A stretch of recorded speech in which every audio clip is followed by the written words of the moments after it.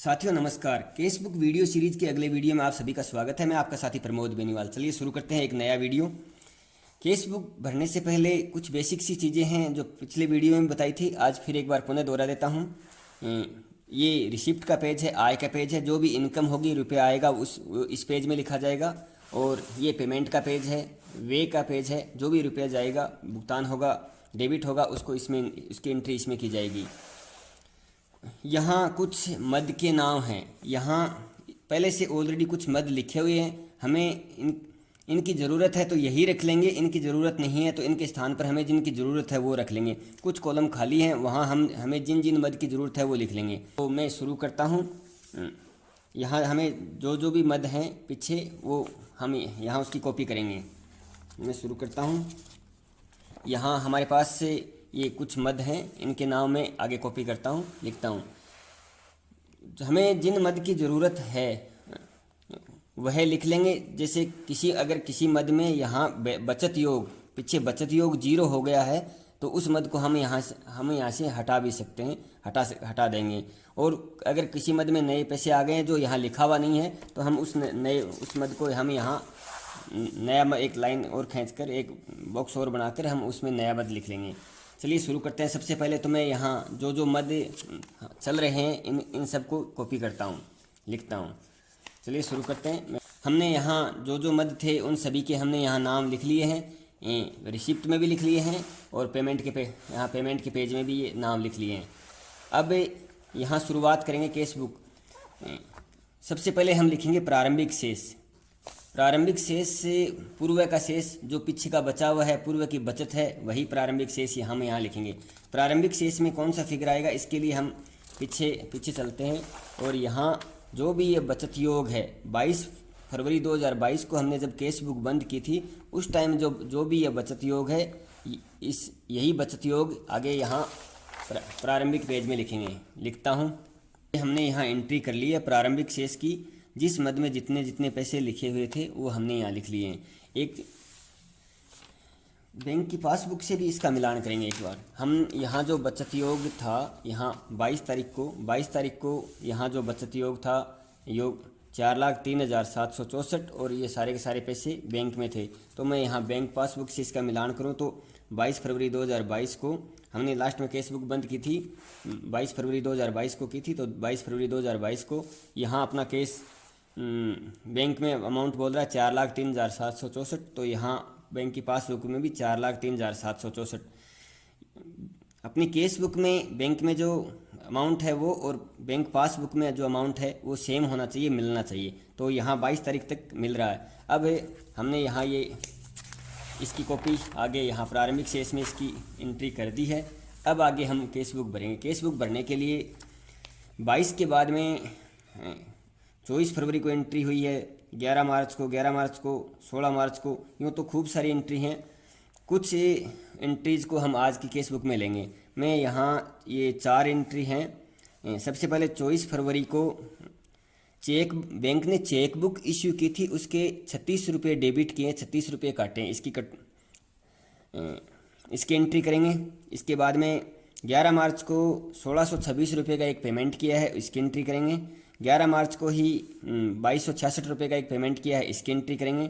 और 16 मार्च को CBO office Jhunjhunu से 82,920 रुपये जमा हुए, यहाँ तक की एंट्री करेंगे आज। अब होना तो ये चाहिए, 24 फरवरी को बैंक पासबुक में एंट्री है तो यहाँ हम केस बुक 24 फरवरी को खोलें और ये एक एंट्री करें और केस बुक को बंद करें। फिर 11 मार्च की 2 एंट्री हैं तो 11 मार्च को दोबारा केस बुक खोलें और ये 2 एंट्री करें और फिर केस बुक बंद करें। फिर 16 मार्च की एंट्री है तो 16 मार्च को फिर केस बुक खोलें, उसकी एंट्री करें और केस बुक बंद करें।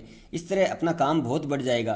तो मैं यहाँ 16 मार्च को ही ये केस बुक यहाँ खोल रहा हूँ। मैं यहाँ एंट्री दिनांक में यहाँ लिखूँगा, यहाँ 16 मार्च लिखूँगा और ये 4 एंट्री करेंगे। इनमें हम डिटेल में इनकी डेट डाल देंगे। तो इसमें इन 4 एंट्री जो करने वाले हैं उसमें 3 तो पेमेंट हैं और 1 रिसिप्ट है। तो इन 3 की एंट्री यहाँ हम इससे पेमेंट के पेज पर करेंगे। मैं शुरुआत करता हूँ इससे। 24 फरवरी को 36 रुपये चेक बुक का चार्ज किया है, डेबिट किया है, इसकी एंट्री करता हूँ। यहाँ एंट्री करके बताता हूँ आपको। हमने यह एंट्री कर दी है। ध्यान देने योग्य बात यह है कि हमने यहाँ केस बुक ओपन की है 16 मार्च 2022 को, और 16 मार्च 2022 को एंट्री थी 24 फरवरी 2022 की। तो हमने शुरुआत यहीं से की कि दिनांक 24 फरवरी 2022 को यह कार्य हुआ है। क्या दिनांक 24 फरवरी 2022 को बैंक ने चेक बुक जारी करने पर चार्ज डेबिट किया। तो यह चार्ज 36 रुपीज़ थे, ये मैं इसको ब्याज से कम कर देता हूँ। बैंक से जो बैंक हमें ब्याज देता है तो इस तरह के चार्ज काटता, तो उस ब्याज से ही हम डेबिट करेंगे। तो मैंने यहाँ 36 रुपये ब्याज से डेबिट कर दिए, योग हो गया 36, और ये सारे पेमेंट हो गया, बैंक से पेमेंट हो गया। अगली एंट्री है 11 मार्च को 1626 रुपये का एक पेमेंट किया है, इसकी एंट्री करता हूँ। हमने यह एंट्री कर दी है। हमने केस बुक खोली 16 मार्च 2022 को, डिटेल में लिखा दिनांक 11/3/22 को केस बुक खोली थी। 16/3/22 को ये कार्य पहले हो चुका था, तो शुरुआत में इसकी दिनांक लगा देंगे कितनी तारीख को हुआ। दिनांक 11/3/22 को ये कार्य हुआ। क्या कार्य हुआ? विद्यालय के ब्रॉडबैंड कनेक्शन एयर फाइबर का माह फरवरी और मार्च 2022 का 2 महीने का 2 माह गुणा 813 यानी 1626 रुपये का भुगतान चेक संख्या 492 दिनांक 9/3/2022 द्वारा किया गया। 1626 रुपये का ये पेमेंट किया है, CSG मध्य से किया है, और योग हो गया 1626। केस में कुछ था ही नहीं, चूँकि चेक से पेमेंट हुआ तो बैंक से हुआ डेबिट हो गया, तो हम यहाँ बैंक के कॉलम में लिख देंगे 1626।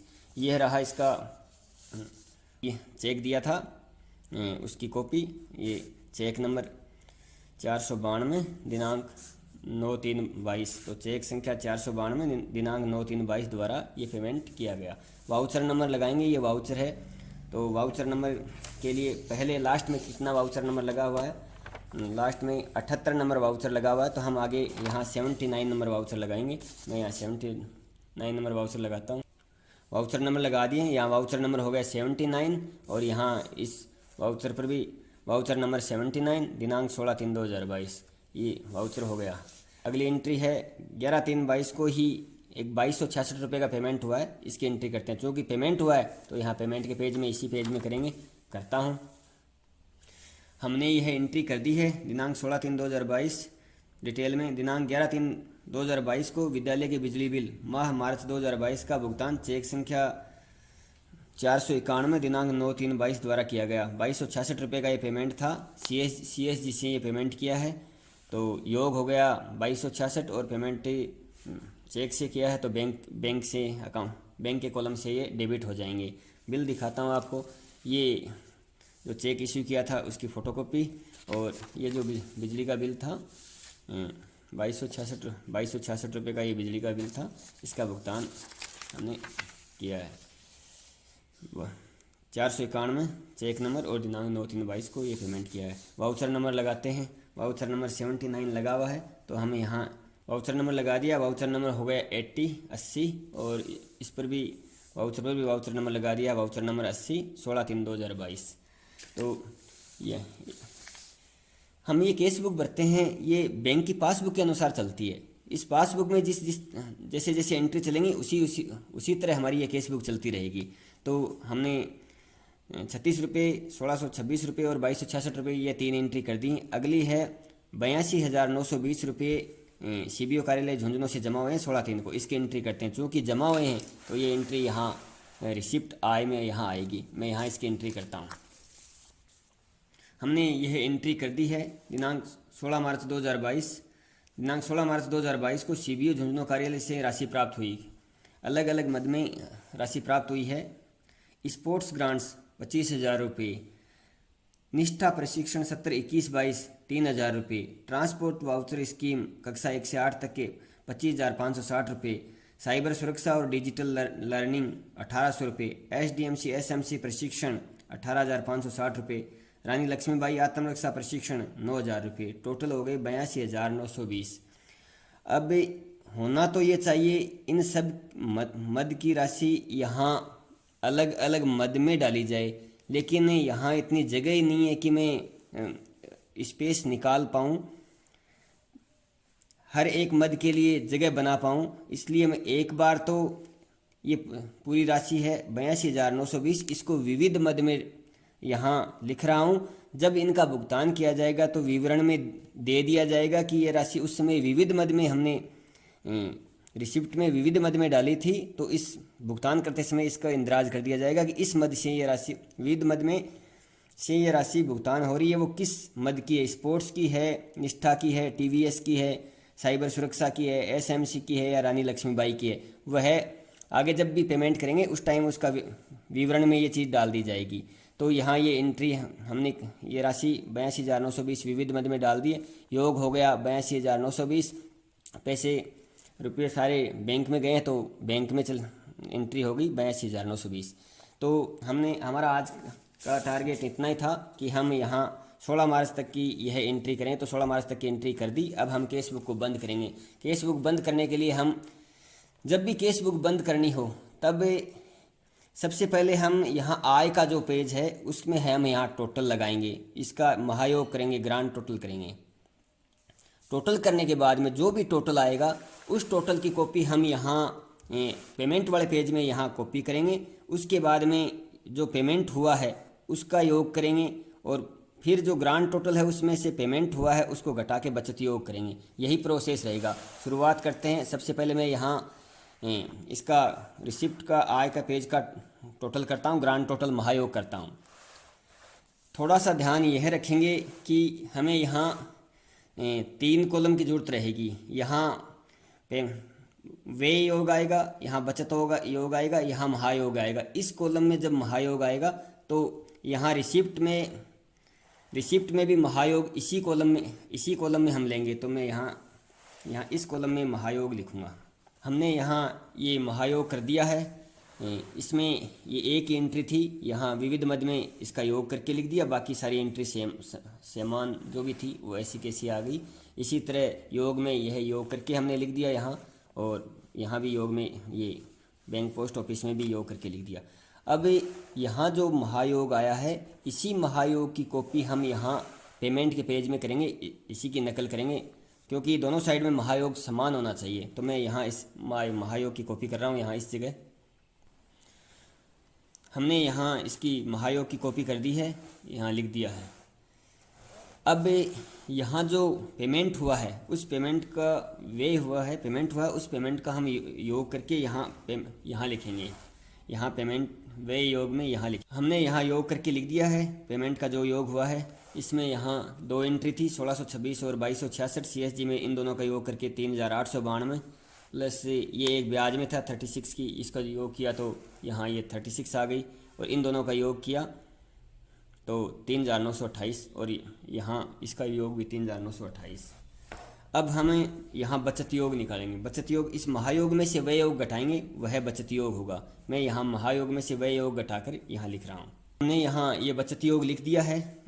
जहाँ घटाने के लिए कुछ नहीं था, जैसे 7,000 में से 0 घटाया तो 7,000 आ गए, 57,973 में से 3,892 घटाए तो 54,081 आ गए।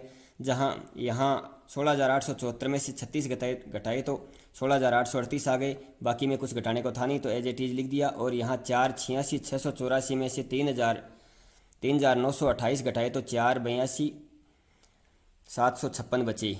यहाँ हम बैंक में देख रहे हैं कि बैंक में अमाउंट बोल रहा है 4,82,756। ये केस बुक हमने बंद की है 16 मार्च को, 16 मार्च 22 को बैंक में है 4,82,756। हम बैंक की पासबुक से इसका मिलान, ये 16 तारीख को, और 16 तारीख को ये अमाउंट है 4,82,756। यह अमाउंट है 4,82,756। अपने यहाँ भी ये अमाउंट है 4,82,756। इस तरह आज की ये केस बुक कंप्लीट हुई। मिलते हैं अगले वीडियो में। Thank you. जय हिंद, जय भारत।